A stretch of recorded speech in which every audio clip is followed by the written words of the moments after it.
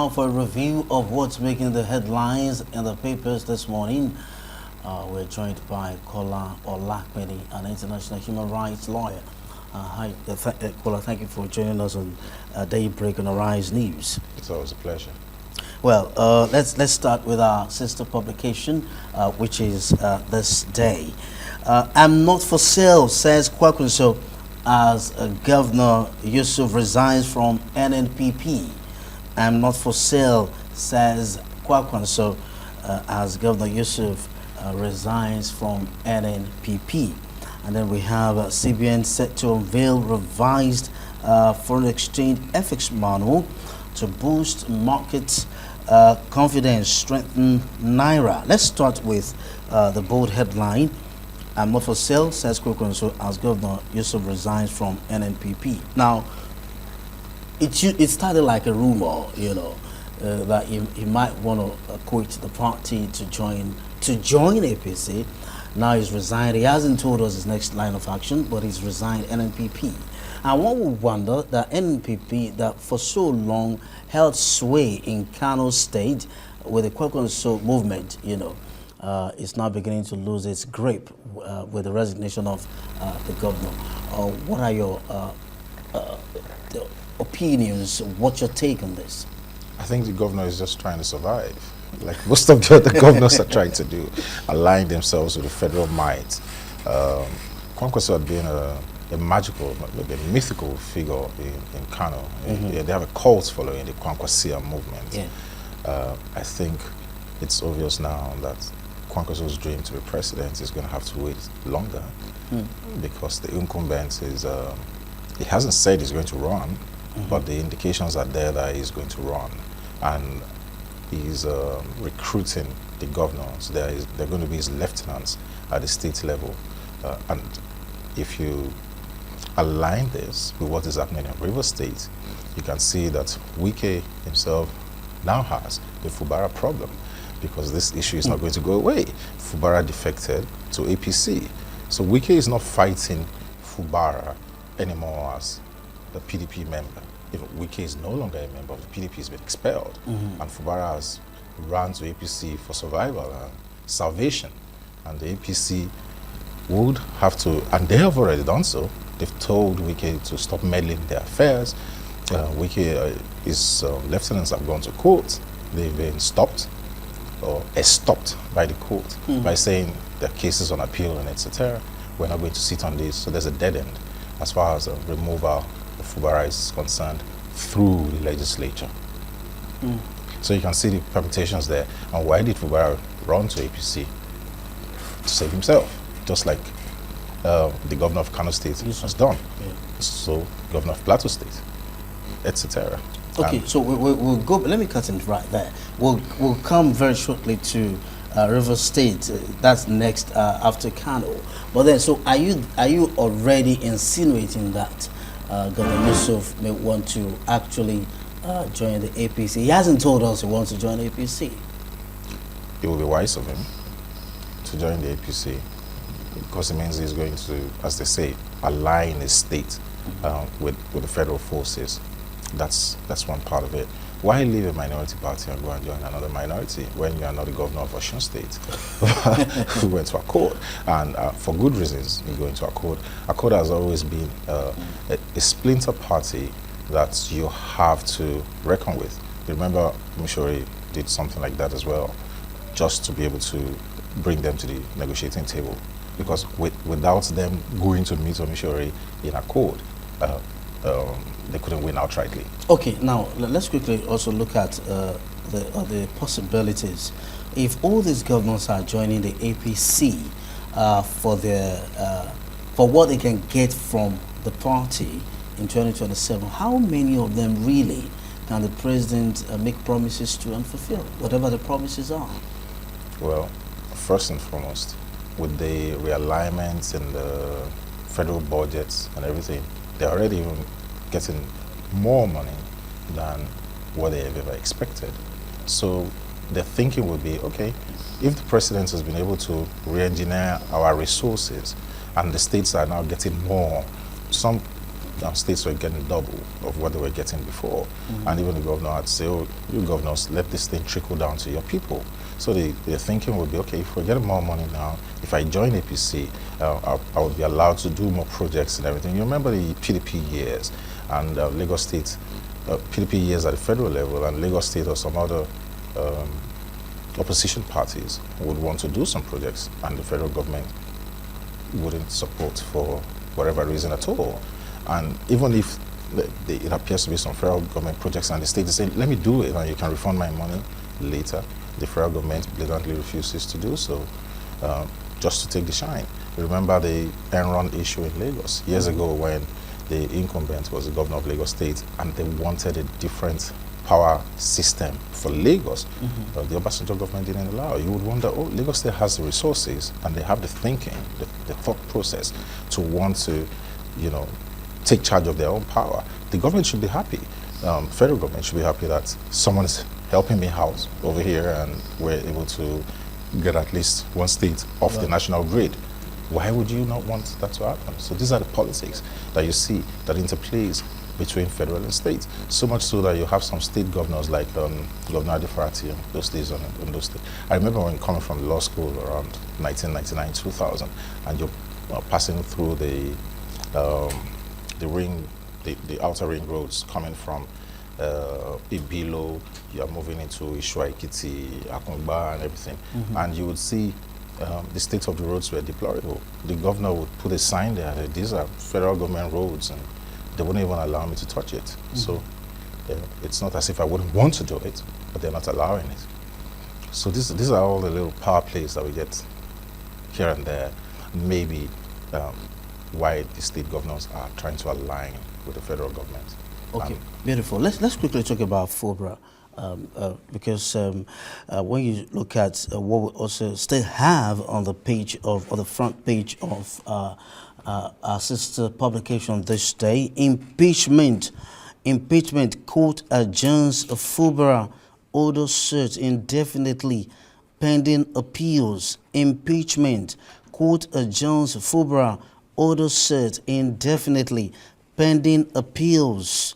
You see, and then this keeps going back and forth. The issue of impeachment of FOBRA and its deputy in Rivers State, the issue keeps going back and forth, and then one will wonder when they really reach a compromise on this political quagmire in Rivers State.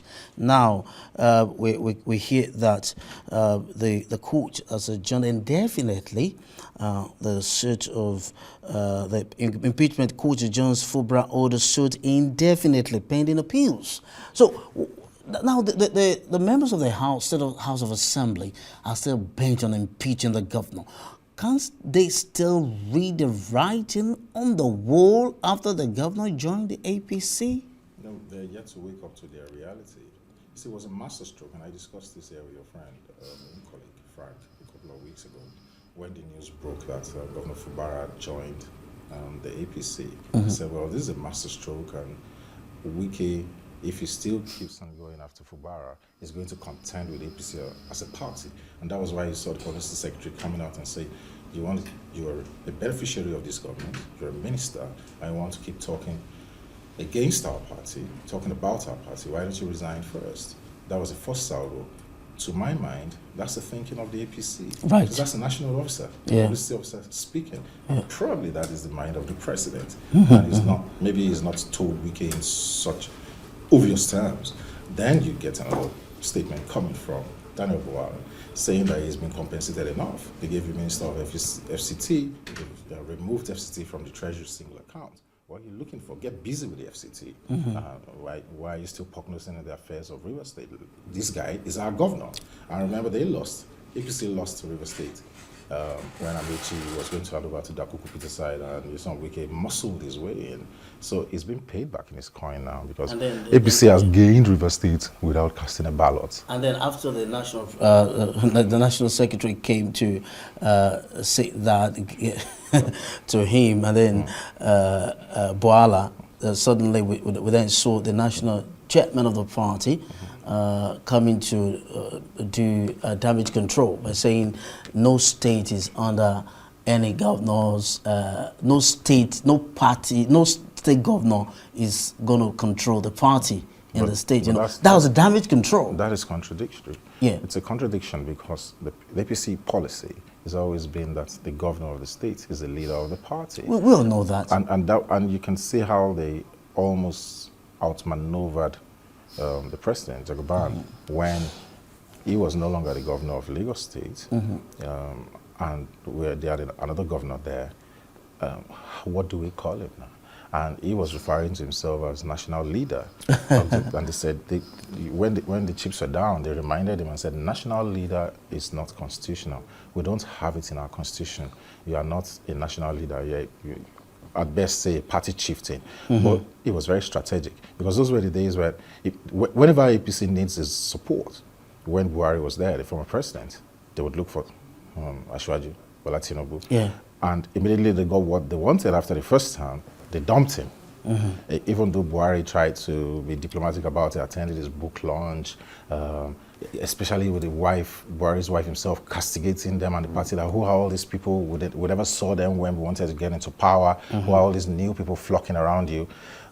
Even Jagaban himself had to come and say, I'm not running if General Buhari is running for second term. It was only then, when he made a public statement, that they left him alone. They said, I'm not, they almost dusted his files with his prosecution files again and everything. So he said, I'm not running. If Buhari is running, I'm not running. Once he said that publicly, they left him alone. Things seemed to thaw for a few years. And then when they wanted to get re-elected again, they started looking for him and promoting him. You understand? And that was why he came out vehemently with the Abeokuta declaration, the Emilokan declaration. That it's my turn. Yeah. I've propped all of you up all this while. I brought this one out twice. I brought that one out. And now it's my turn. And it came out so decisively. Okay. You know. Now, let's move forward. Saturday Punch says, insecurity, anxiety as NYSC camps open in high-risk states. Insecurity, anxiety as NYSC camps open in high-risk states. Well, with the riders, court members recount risky long trips to volatile areas. Governments relocate camps amid mass abduction fears. Generations at war over Fela, Wizkid comparison. Generations at war over Fela, Wizkid comparison.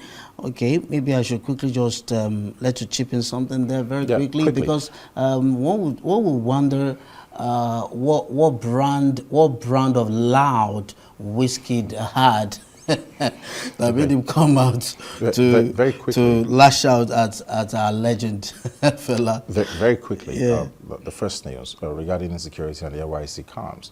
I think we need to be circumspect about it and think this through very deeply, because if disaster strikes, I don't think we're always positioned to take care of it. We are usually reactionary. We are not proactive. So in my view, it would be irresponsible of government to allow core members to go to states where we're having issues with insecurity. Because if these militia, so to speak, storm the NYSC camps, I don't know, do we have a battalion there waiting to secure the lives of these people? I don't think so, because the pattern with the government of Nigeria is that we're never prepared for anything, and then we start scrambling when disaster occurs. We need to think this through carefully, even when we prepare for elections. And we say we've been preparing for it for 2 years and we're voting huge amounts of money. Right. We still have violence and casualty, and the security forces seem not to be able to defend. The problem here is that we don't, when we say we missed early warning signals in security circles, it goes beyond that. They're not missed early warning signals. They are neglected early warning signals. And it shows a pattern of complicity. We're compromised from the inside.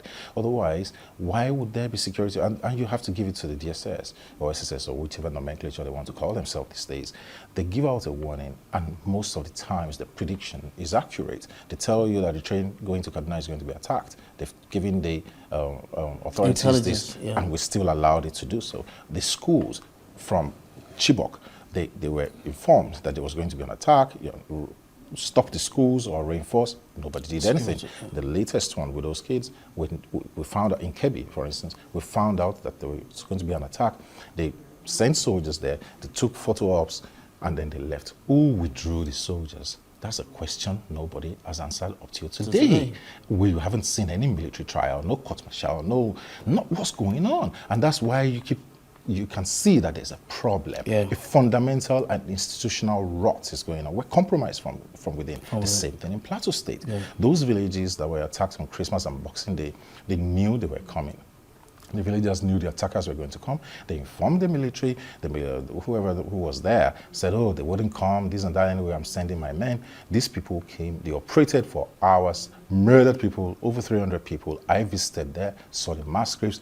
We did a documentary. We have pictures where which we used when we were, highlighting these issues. That, look, this is not an accident. This is a pattern. Very well. Regarding Wizkid and Fela, I think I never thought I would live to see this day, where my social media handles are Fela Lives, by the way. It's a short form of Fela Lives Forever. And, his music inspires the philosophy, the ideology. This was a man who could stand up to the Obasanjos and the Yaradwas and he yapped them, Obasanjo with his big fat tummy, Yaradua with his long thin neck, blah, blah, blah. And he would sing coughing for it. You just need to listen. Music of resistance. Not all these my body na meat pie that they are singing now. And Wizkid really needs to slow down. And he could have nipped it in the bud because it's very close to the Anikulapo Kuti family. He goes to Celebration. He is inspired by Fela. They sample him, his songs, Wizkid, Burna Boy, everyone.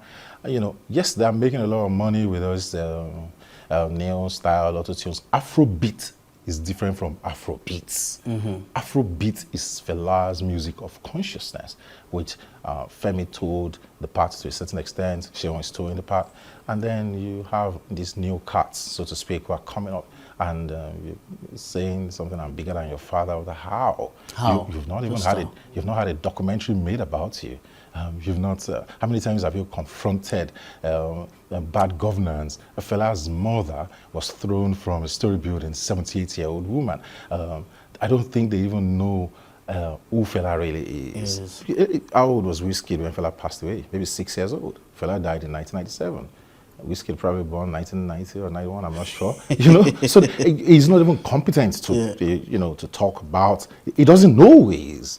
And I don't think I don't think he saw Fela perform live ever in his life. These are it's an abomination, as they would say. I expect that they would quickly draw a line on these and apologize behind closed doors. If he had called out his fans and said, "Hey, stop this nonsense," before he had gone beyond, we won't be where we are. So I think we need more unity. Still on Saturday Punch, 166 Kaduna worshippers, residents, DHQ, Defense Headquarters, disagree over aborted rescue operation. We need to move very fast. And then trapped abroad, deadly trafficking network exploiting Nigerian women in Egypt. Why I always prayed before robbing churches. Ex-convict is saying that. Can you imagine? You want to check Saturday Point. The Guardian. Stay alert in public places. Defense Headquarters advises citizens. Stay alert in public places. Defense Headquarters advises citizens. Well, what about at World Economic Forum? WEF. Shatima seeks African-led growth. Reps Minority Caucus identifies alterations in tax laws. They're still busy with the tax laws. National Grid suffers first collapse in 2026. Generation falls to zero. Court adjourns FUBRA deputies anti-impeachment suits indefinitely. It's got a rider, a speaker, others appeal against earlier orders. We've got a lot in The Guardian today. Tracking CBN's drive for bigger, resilient banks through recapitalization. You want to check the pages of The Guardian. What about the Saturday Tribune? Let's move to Saturday Tribune. Olubadan visits Tinubu, tasked president on insecurity, food crisis. You have that on page 6 of Saturday Tribune. Court holds PDP case pending appeal court decision. Page 4, Saturday Tribune. Well, what about the bold headline on Saturday Tribune? Bandits attacking Christians to provoke anger. Northern CAN chairman. Page 3 has that. Kano governor resigns from NNPP, says decision is to protect Kano people. Indeed. Makinde says resurgent PDP will shock cynics in 2027. Let's see how that goes. We have all of that in Saturday Tribune. Okay, very quickly, let me take you up on Olubadan's visit to Tinubu. I was hoping you would say that. Yes. And then we'll take the big story on the page Yes. of Tribune. Yes. That's very contemporary. Yes. Olubadan's visit to Tinubu. You know, it was first the governor and then Olubadan. You know, it was first you say governor and then Olubadan himself. What do you suspect beyond what he told us was the reason for his visit? Insecurity, food crisis. What do you suspect? Let me take you further. Before he became governor, he was senator. I know. And it was mates with the president. Yeah. They both sat in the Senate chambers together. They were contemporaries. Mm-hmm. So if you look at it from that angle, their pals. He's just popped into Abuja to see his pal. Mm-hmm. It's not so. They were senators together and Governors. At some point in time, Yeah. they were governors because Lam lost the second term, and now Baba Olubadan came in and then met Ashwaju's second term as Lagos State governor. So they were also powers as governor. Yeah. They belong to the same thing. And then he becomes the Olubadan of Ibadan. I revert to, I'm from Ibadan, by the way. And then you can see with all the brouhaha before he was able to get there. So yeah, and the president attended his coronation as Olubadan. So yeah, it was nice for him probably to pop into Abuja to catch up with his power. More importantly, he's raised the issue of insecurity and food availability. Yeah. And you have the former APC chairman, Mr. Oshiomhole, coming out to say that food is becoming too cheap. I wonder which planet is staying on and all that. So it's good that Baba Olubadan has come up to bring this up. The big one in front of the Tribune. Bandits attacking Christians to provoke anger. That's according to Northern Kang Christians. Well, this is chairman. This is now very contemporaneous because we have a team from the United States visiting Nigeria. They have been engaging in NSA, and we've had meetings with them severally. And this denial, which the government was trying to put out that, oh no, Christians were not being attacked. What is happening in the Middle Belt, the southern Kaduna parts, Plateau State, Benue, is Christian genocide. Because 99% of people who live in these areas are Christians. And the people who charge at them shouting Allahu Akbar, taking their land, taking their food, everything. I haven't heard of mosques being attacked in the Middle Belt. So we have to call a spade a spade. What is happening in the Northeast is completely different from what is happening in the Middle Belt. What is happening in the Middle Belt is tied to land, resources, etc. And because most of the inhabitants of Middle Belt are Christians, the casualties are Christians. What is happening in the Northwest is different, completely. You have a mixture of banditry and those in illegal mining and this and that. And even more so, we've had an incidence of Christians being lynched. Deborah Samuel Yakubu being one of them, who was lynched by our classmates. Right. So I guess we're running out of time. Okay. Oh, yeah. Well, so very quickly, I'll just touch a few foreign dailies. The Guardian PM rebukes Trump. That's the Prime Minister right there. British Prime Minister Keir Starmer rebukes Trump amid anger at NATO troop insult. The Daily Telegraph, Starmer forced to pull Chagas bill. The Daily Telegraph, take that interview would have Robbie back for good. How TV turned into soft porn. All of that in Daily Telegraph. What about the Times? And back, why Simon Cowell started a new boy band at 66. Anxiety to cause a lost generation on benefits. What one glass a day does to your body. One glass of water. You want to check the Times for that. And of course, we'll wrap up with the Financial Times weekend. Gold prices surge after Trump's Greenland moves batter dollar. Gold prices surge after Trump's Greenland moves batter dollar. And then the last days of Atlanticism. Then we have a lot on Financial Times weekend. Let's wrap up with that. And of course, slower house price growth going underground in China. What about that? Mega activists pour dance launch with the Financial Times. A big thank you to you for being part of our show today. I wish we had more time. I would have taken a Kestama story. wanting to pull the plug on Chagos Yeah, Islands yeah. and then tying it to Donald Trump's issue with NATO and everything. Let's just say that NATO is now very fearful of America and wonders if this alliance can still continue. And that's why Case Temede is not going to be part of the Board of Peace. And they say he's fixed to pull the plug on the Chagos Islands. I did a year in Clifford Chance LLP in London where we worked on these Chagos Islands. Chagos Islands are a small island in the middle of the Indian Ocean, which Britain basically seized from the Chagosians under the authorities of Mauritius and all that. And that's the staging area where all the flights going to Afghanistan and Iran take place from, and they leased it to the Americans. So if he's going to pull the plug, it means he's trying to look at the lease. The landlord is trying to pull the plug on the tenant. Well, that's all we have time for, I guess. Thank you very much. That's all we have time for here on Daybreak. It's goodbye from me, Tolu or Jeremy.